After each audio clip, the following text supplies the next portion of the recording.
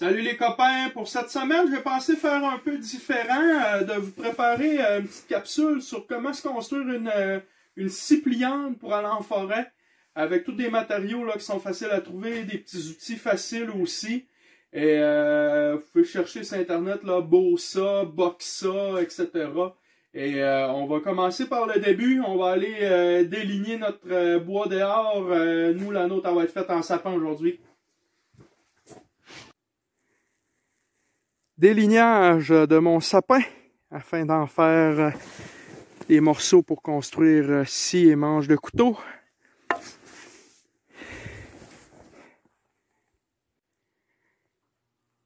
Donc ici on voit mes pièces qui ont été délignées. La base de l'arbre, les pièces sont un peu plus grosses, puis plus on monte vers la pointe, plus le bois est un peu plus petit. Alors demandez-moi pas les mesures, hein? C'est l'arbre que je prélève qui décide de ce qu'il me donne sans écorce. Donc on va dégrossir ça, sculpter ça au couteau croche. Donc je suis rendu là, c'est une scie 24 pouces que je fais. Alors les montants ici vont être aussi longs que la lame pour que ça puisse bien se tendre. Et puis, vous voyez ici, il y a une encoche d'1 pouce de profond qui est fait au banc de scie avec un trou dans le milieu pour pouvoir insérer la lame. Là, ça ne restera pas un clou, là. Je vais mettre de quoi de mieux que ça, mais c'est pour pouvoir bricoler ça, là, puis que ça bouge pas. Donc, mon bâton du milieu, vous voyez, là, je me suis marqué. Je vais me rentrer en tenon et mortaise.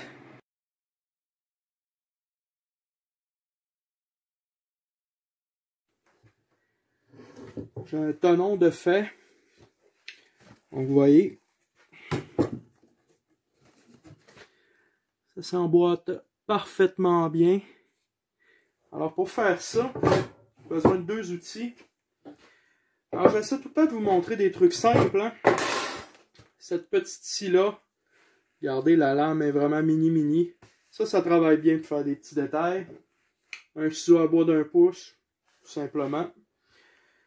Pour les besoins de la cause, pour alléger un petit peu la vidéo, j'ai déjà fait mon trait de scie. Et là, je vais aller sculpter mon tenon. Je vais essayer de mettre ma main pour que vous puissiez voir. Donc, on y va tranquillement. Pour pas que ça force par là, puis que là, ça chippe ton bois. N'oublie pas que tu travailles avec du bois vert. Et là, en ce moment, j'ai du sapin qui est un résineux quand même assez mou. Donc, je fais attention. J'en fais un petit peu à chaque fois de chaque côté.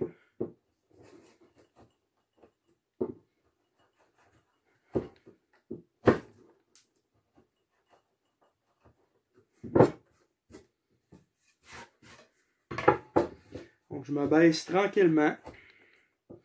Mon trait de scie, lui, il va aider justement à ce que tu ne dépasses pas et que tu n'ailles pas fendre ici, là.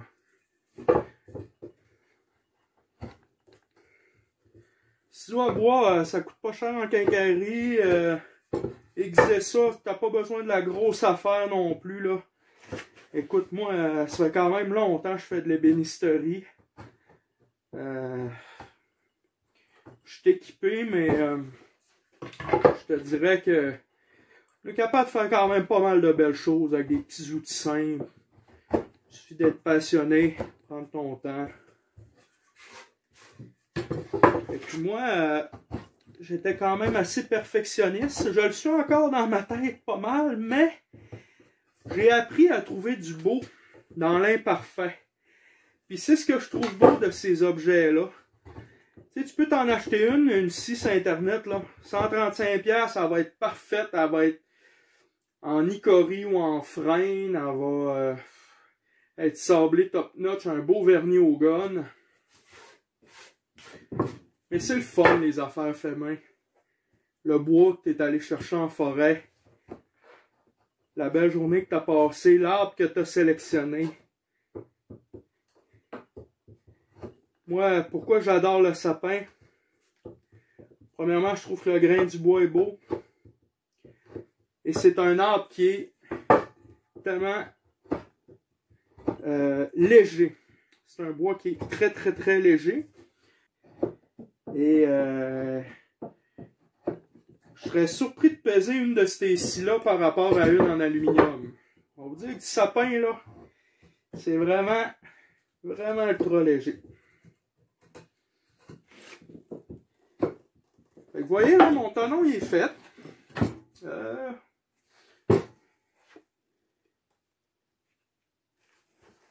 Regardez. Ça rend très serré. C'est ça qu'on veut. Pas de galochage. Et regardez, mon bâton, il est un petit peu moins épais que ça. Ma traverse est un peu moins épaisse que les côtés. Je vais aller sculpter ça pour que ça fasse beau. Et puis, c'est encore l'imparfait de l'outil qui fait que ça va lui donner un caractère unique. D'ailleurs, y a-t-il quelqu'un de parfait parmi vous? On est beau pareil.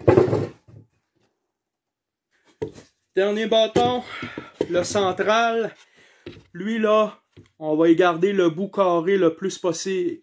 Donc, je vais sculpter comme ça. Donc, c'est parti.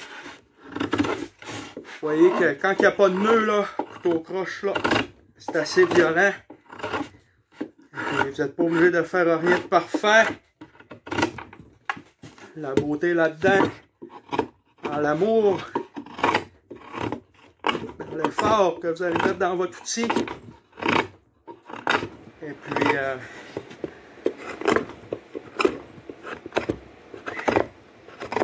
on vit dans une société d'hyper-performance. On est obligé d'être parfait.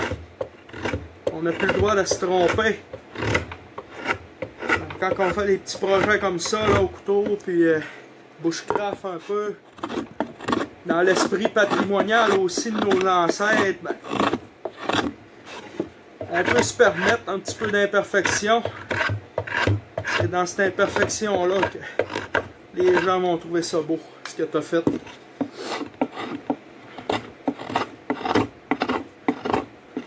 J'ai tout ça, là, les sableuses. Toupie, fer à toupie, mets un beau gros fer là-dessus, une demi, mon ami. Je passe mon bois, il va y avoir un rond parfait, ça va me prendre 4 secondes. Le fer à 12 000 tours, là. Lui faire le rond, ça ne retarde pas. Mais il y a des affaires comme ça, ben, que je fais le choix d'être un peu plus dans le patrimoine.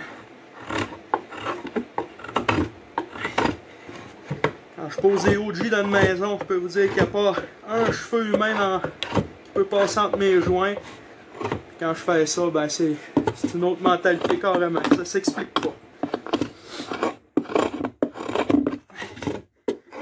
Regarde comment ça travaille bien. Quand il n'y a pas de nœud, l'ordi là.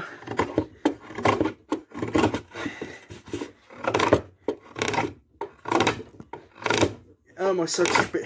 Ça c'est plaisant.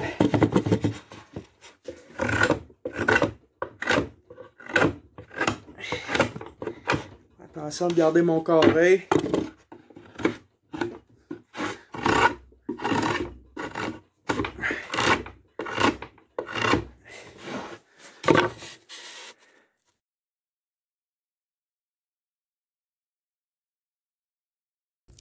Bon matin la gang, c'est tempête. Viens donc placoter avec moi dans mon atelier à matin.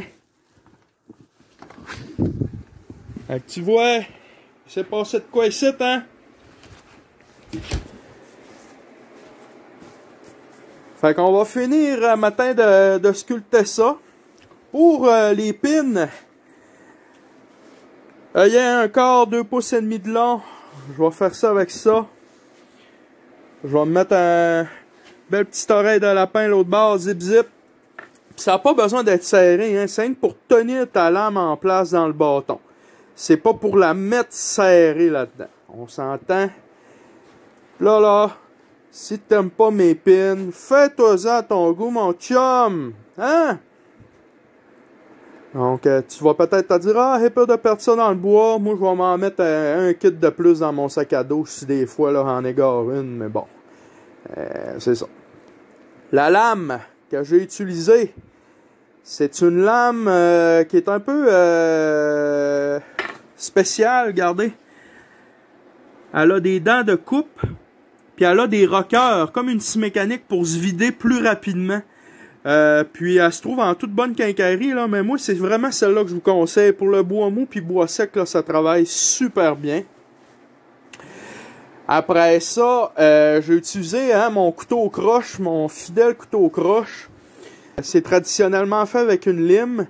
Celui-là, il est vraiment fait de façon traditionnelle avec un bronzage à l'huile. Ça a un tranchant juste d'un côté. Regardez, il n'y a pas de tranchant de l'autre bord.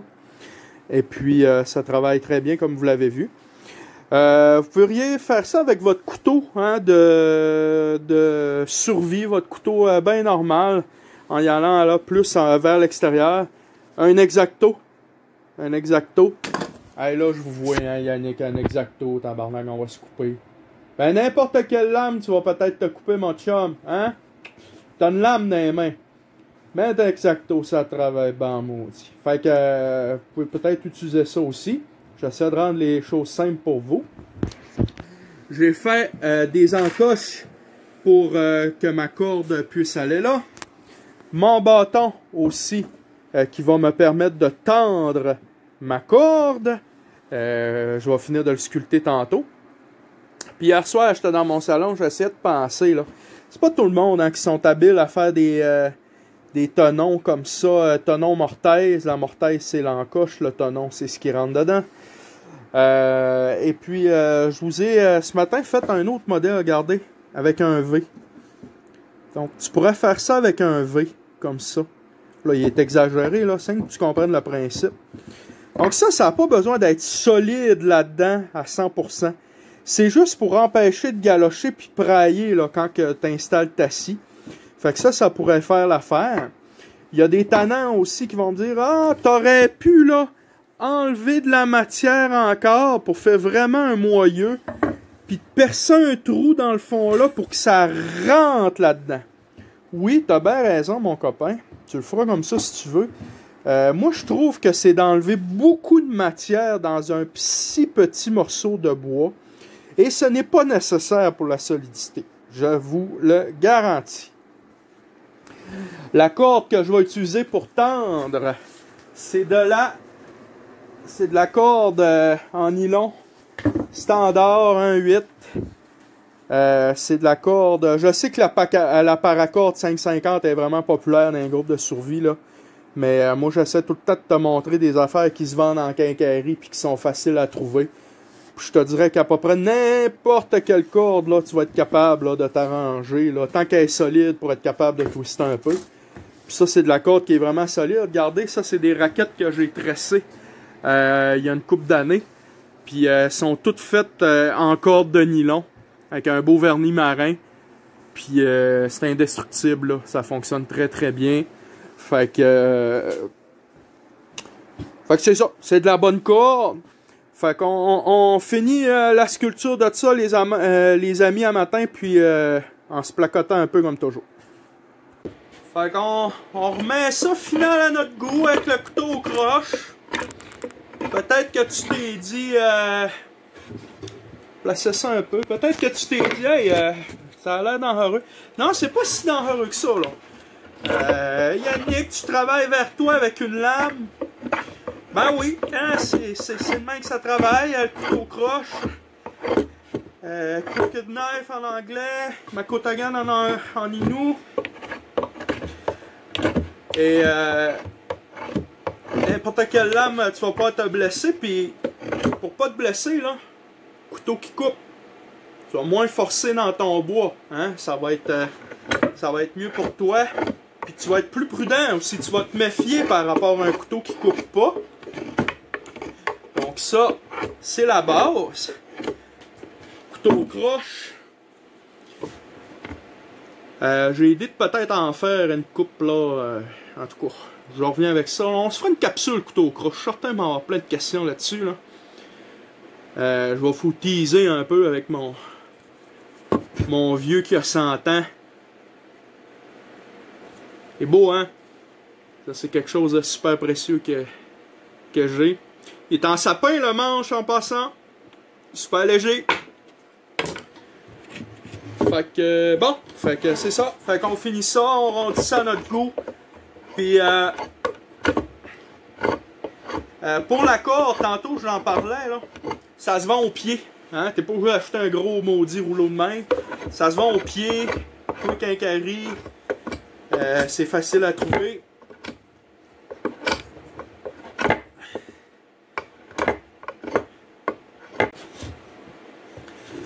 La place, je veux pas oublier là, la place où ce que vous allez mettre votre main.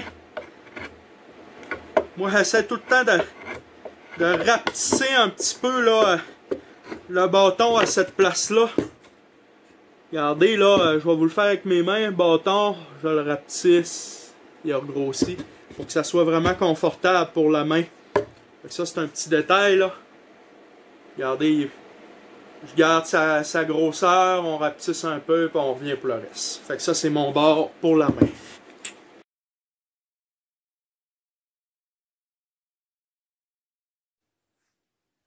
Alors, on a le final. Belle scie de 24 pouces. Donc, vous voyez, on peut s'en servir à 2 mains, on peut s'en servir à une main. C'est vraiment, là, ça a l'air gros comme ça, là, mais c'est vraiment léger. Et vous voyez, c'est le bâton, là, qui va garder la tension, qui va faire un effet de tension comme ça. La tension va aller par là et donc étirer la lame dans le bas ici. Pour la défaire, super facile. Tu tasses ton bâton. À un moment donné, il n'y a plus de tension. Fait que tu fais juste détwister. Et voilà.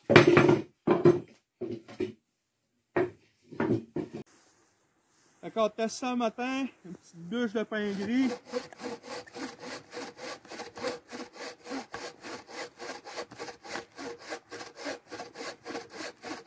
Ça travaille très bien.